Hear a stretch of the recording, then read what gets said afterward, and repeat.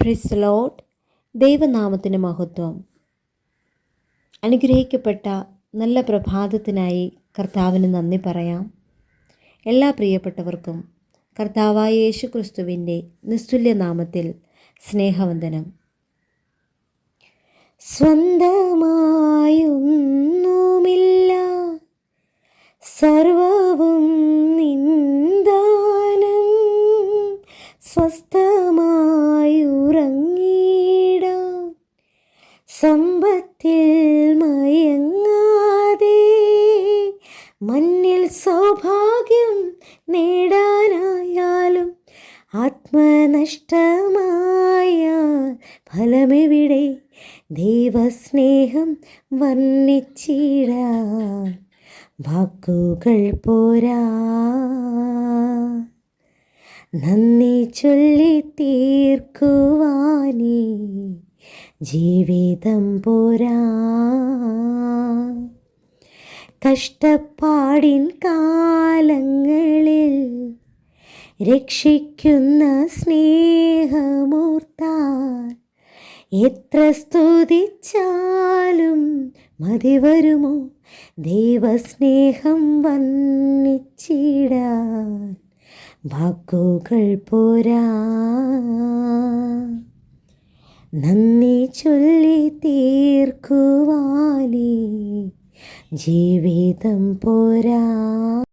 ഇങ്ങനെ അനുഗ്രഹിക്കപ്പെട്ടൊരു പ്രഭാതം കൂടെ കർത്താവ് ദാനമായി ഈ ഭൂമിയുടെ പരപ്പിൽ നൽകിയല്ലോ. അത് ഓർത്ത് ഇന്ന് പകൽക്കാലം സ്തുതിപ്പാൻ വകയുണ്ട്. തിരുസന്നിധിയിൽ കടന്നു വന്നിരിക്കുന്ന എല്ലാ അഭിഷക്തന്മാർക്കും കർത്താവായ യേശു ക്രിസ്തുവിൻ്റെ നിസ്തുല്യ നാമത്തിൽ സ്നേഹവും ക്രിസ്തീയ വന്ദനവും അറിയിക്കുന്നു. വളരെ അനുഗ്രഹിക്കപ്പെട്ട ഒരു പകൽ വേളയാണ് ദൈവം നമുക്ക് ദാനമായി നൽകിയത്. ഈ പകലിൽ ദൈവത്തിൻ്റെ വലിയ സാന്നിധ്യം നമ്മുടെ നടുവിൽ നിറഞ്ഞു നിൽക്കുകയാണ്. അല്പനിമിഷം ധ്യാനിപ്പാൻ 115 സങ്കീർത്തനം അതിൻ്റെ 12 വാക്യം. സങ്കീർത്തനങ്ങൾ 115 12 വാക്യം. യഹോവ നമ്മെ ഓർത്തിരിക്കുന്നു, അവൻ അനുഗ്രഹിക്കും, അവൻ ഇസ്രായേൽ ഗൃഹത്തെ അനുഗ്രഹിക്കും, അവൻ അഹരോൻ ഗൃഹത്തെ അനുഗ്രഹിക്കും. ഇതിൻ്റെ എഴുത്തുകാരൻ നമുക്കറിയാം. ഇത് എഴുതിയിരിക്കുന്നത് മറ്റാരുമല്ല, ദാവീദ് തന്നെയാണ് ഈ പുസ്തകം എഴുതിയിരിക്കുന്നത്. ഈ സങ്കീർത്തന ഭാഗത്തിൻ്റെ ആഴമേറിയ സത്യങ്ങളിലേക്ക് നാം പ്രവേശിക്കുമ്പോൾ ദാവീദ് തൻ്റെ ജീവിതത്തിൽ ദൈവം തനിക്ക് നൽകിയ ഒത്തിരി വിടുതലുകളും നന്മകളും തൻ്റെ ഭാഗ്യ പദവികളൊക്കെ ദൈവസന്നിധിയിൽ നിരത്തിവച്ച് ദൈവം കൊടുക്കുന്ന അനുഗ്രഹങ്ങളും നന്മകളും പ്രാപിച്ച് മുൻപിലോട്ട് വരുന്ന ഒരു ദാവീദിനെ കാണാൻ കഴിയുന്നു. 115 സങ്കീർത്തനത്തിലേക്ക് വരുമ്പോൾ പ്രാരംഭം ദാവീദ് തുടങ്ങുന്നത് തന്നെ ഞങ്ങൾക്കല്ല യഹോവേ, ഞങ്ങൾക്കല്ല. കണ്ടോ, ഞങ്ങൾക്കല്ല. ഒരു പേരോ പ്രശസ്തിയോ പെരുമയോ എടുക്കാൻ ഞങ്ങൾ ആരും ഒന്നുമല്ല. നീ തന്ന പദവിയാണ് ഈ രാജസ്ഥാനം എന്നെല്ലാം പറഞ്ഞ് ദാവീദ് നോക്കിക്കേ, ഞങ്ങൾക്കല്ല യഹോവേ, ഞങ്ങൾക്കല്ല, നിന്റെ ദൈവവിശ്വസ്തതയും നിമിത്തം നിന്റെ നാമത്തിന് തന്നെ മഹത്വം വരുത്തണമേ. സ്തോത്രം. ഇപ്പൊ നിന്റെ നാമത്തിന്. എന്നാൽ ഇത് ഈ അധ്യായത്തിന്റെ 9 വാക്യം പറഞ്ഞ ഇങ്ങനെയാണ്, ഇസ്രായേൽ യഹോവയിൽ ആശ്രയിക്കുക,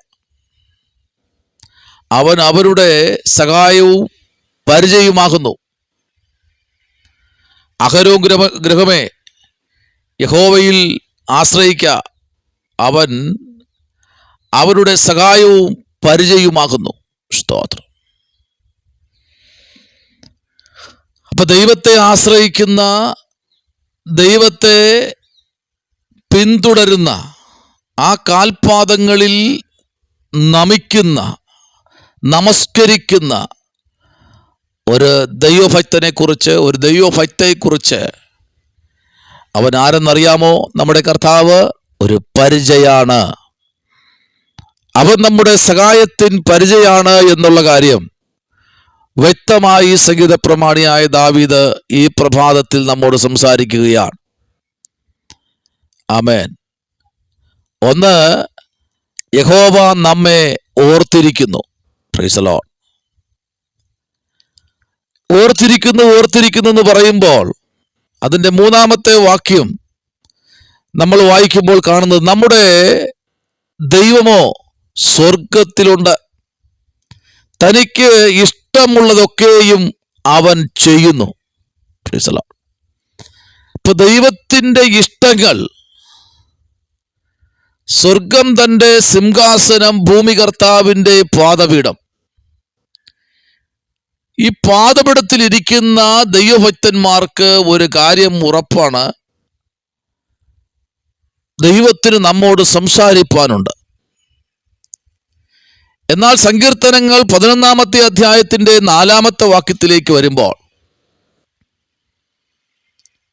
യഹോവ തൻ്റെ വിശുദ്ധ മന്ദിരത്തിലുണ്ട്, യഹോവയുടെ സിംഹാസനം സ്വർഗത്തിലാകുന്നു, അവൻ്റെ കണ്ണുകൾ ദർശിക്കുന്നു, അവൻ്റെ കൺപോളകൾ മനുഷ്യപുത്രന്മാരെ ശോധന ചെയ്യുന്നു. ഇന്ന് പകൽക്കാലം, കഴിഞ്ഞ രാത്രിയിൽ മുഴുവൻ നമ്മെ ശോധന ചെയ്ത് തൻ്റെ കണ്ണിൻ്റെ കൃഷ്ണമണി പോലെ തന്നെ കാത്തിരിക്കുന്നവരെ, തന്നിൽ പ്രത്യാശിക്കുന്നവരെ കഴിഞ്ഞ രാത്രി മുഴുവൻ പരിപാലിച്ച സ്വർഗത്തിലെ ദൈവം ഈ പ്രഭാതത്തിൽ വിളിച്ചു പറയുന്നു, ഓരോ ഭക്തന്മാരുടെയും ആവശ്യങ്ങൾ, ഓരോ ഭക്തന്മാരുടെയും ആയുസ്, ഓരോ ഭക്തന്മാരുടെയും വിഷയങ്ങൾ കർത്താവിൻ്റെ കൺപോളകളിൽ ഇരിക്കുന്നു. സ്തോത്രം.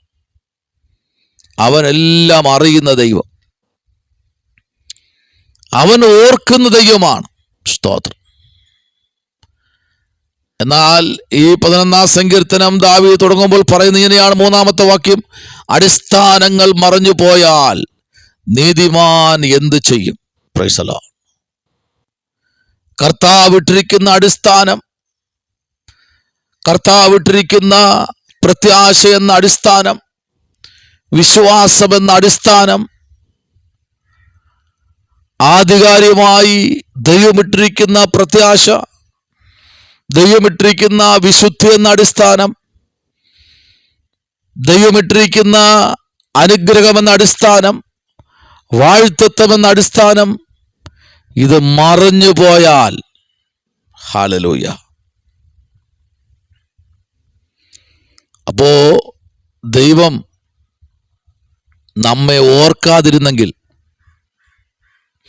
നാം എവിടെയെങ്കിലുമൊക്കെ നശിച്ചു പോകേണ്ടവരായിരുന്നു. ആ കർത്താവ് നമ്മെ ഓർത്തിരിക്കുന്നു. അതാ 9-ാം വാക്യം പറഞ്ഞേ, ഇസ്രായേലേ യഹോവയിൽ അനുഗ്രഹിക്കുക, ആശ്രയിക്കുക. അപ്പൊ ഇസ്രായേലിനെ ഒരാശ്രയമായിരിക്കുന്ന ഇസ്രായേൽ എന്ത് ചെയ്യണം? യഹോവയിൽ എന്ത് ചെയ്യണം? ആശ്രയിക്കണം. ഇപ്പോ ഒരു ദൈവ പൈതലിനെ പറ്റി ദൈവം ആഗ്രഹിക്കുന്നത്, ദൈവത്തിൻ്റെ ആ ഒരു ആമേൻ പ്രത്യാശ, എന്നെ ആശ്രയിക്കണം, ദൈവത്തെ ആശ്രയിക്കണമെന്നാണ്. ഓരോ ദൈവപൈതലിനെ കുറിച്ചും ദൈവം ആഗ്രഹിക്കുന്നത് അത് തന്നെയാണ്. എന്നാൽ ഈ പ്രഭാതത്തിൽ അവൻ അനുഗ്രഹിക്കും. അവൻ ഇസ്രായേൽ ഗൃഹത്തെ അനുഗ്രഹിക്കും. സ്തോത്രം. അവൻ അനുഗ്രഹിക്കും മാത്രമല്ല, ദൈവത്തിൻ്റെ സ്വന്തം ജനമായ ഇസ്രായേലിനെ അനുഗ്രഹിക്കാതെ വിടുന്ന ദൈവമല്ല. സ്തോത്രം. ഹല്ലേലൂയ. ആ കർത്താവിൻ്റെ മുഖത്തേക്ക് ഇന്ന് പ്രഭാതത്തിൽ നോക്കിയിരിക്കുന്ന വിശുദ്ധന്മാർക്ക് വേണ്ടി അവൻ പറയുന്നത്, അവൻ അഹരോൻ ഗൃഹത്തെ അനുഗ്രഹിക്കും. Price the Lord. അടുത്ത 13 വാക്യം പറഞ്ഞു, അവൻ യഹോവ ഭക്തന്മാരായ ചെറിയവരെയും വലിയവരെയും എന്ത് ചെയ്യും? അനുഗ്രഹിക്കും. സ്തോത്രം. ആരെ? യഹോവ ഭക്തന്മാരായ. ഭക്തൻ. Price the Lord. യഹോവ ഭക്തന്മാരായ ചെറിയവരെയും വലിയവരെയും അവൻ അനുഗ്രഹിക്കും. അങ്ങനെയെങ്കിൽ ഈ പ്രഭാതത്തിൽ നമ്മെ അനുഗ്രഹിപ്പാൻ ദൈവം ഇന്ന് പകൽക്കാലം നമ്മുടെ നടുവിൽ ഇറങ്ങി വന്നിട്ടുണ്ട്.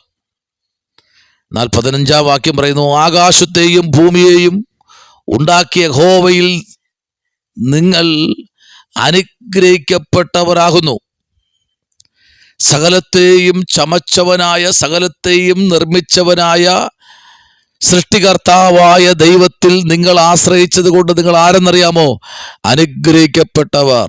ഈ പ്രഭാതം, ഈ വെള്ളിയാഴ്ച പ്രഭാതത്തിൽ സ്വർഗത്തിലെ ദൈവം വിളിച്ചു പറയുന്നു, പ്രിയപ്പെട്ടവരെ, നിങ്ങൾ ആമേൻ അനുഗ്രഹിക്കപ്പെട്ടവരാ. ഹല്ലേലൂയ.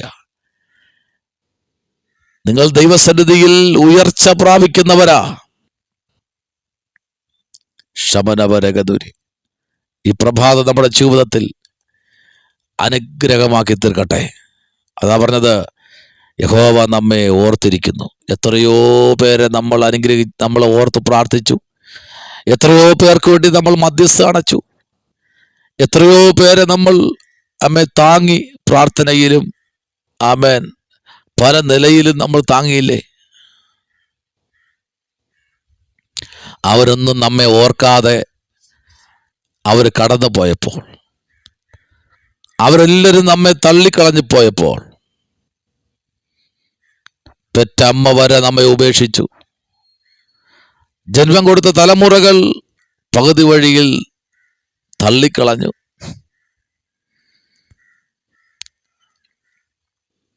നമ്മുടെ കൂടെ സഹകരിച്ച പലരും നമ്മെ വിട്ട് മാറിപ്പോയി. പക്ഷേ ഇന്ന് പകലിൽ നീയും ഞാനും അഭിഷത്തയെ ദൈവസ്ഥലിൽ ചെയ്ത ഓരോ കാര്യങ്ങളും ദൈവം ഇന്ന് പകൽക്കാലം ഓർക്കാൻ പോകുകയാണ്. നീ ദൈവത്തിനോട് ചെയ്ത ചെറുതും വലുതുമായ കാര്യങ്ങൾ സകലതും സ്വർഗം ഇന്ന് പകലിൽ നിങ്ങളുടെ മുമ്പിൽ നിരത്തി വയ്ക്കുകയാണ്.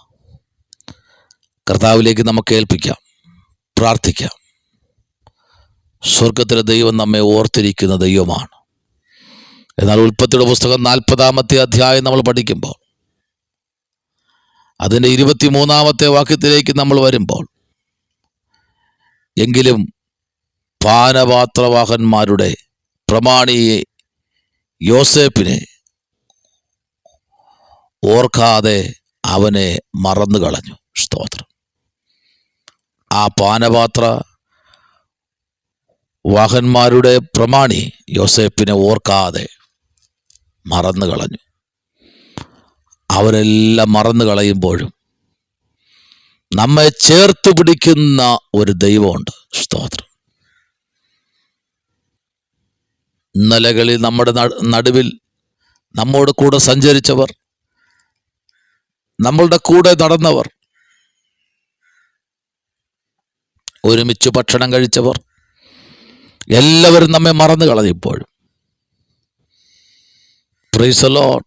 അവരൊക്കെ അവരുടെ ജീവിതത്തിൽ നമ്മളൊരു മുള്ളായിത്തീരുന്ന സമയം വന്നാലും, ദൈവവൈതലേ, നീ പേടിക്കരുത്, നീ പതറിപ്പോകരുത്. ആമേൻ. സ്തോത്രം. ഹല്ലേലൂയ. നീ വിശ്വാസം വിട്ട് ഓടരുത്.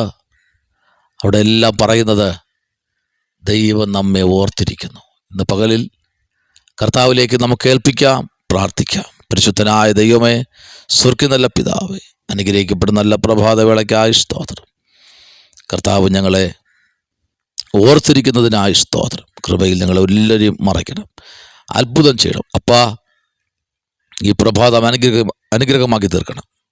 വലിയ കാര്യങ്ങൾ ചെയ്യണം. യേശുവിൻ അൻപുള്ള നാമത്തിൽ തന്നെ. ആമേൻ. God bless U.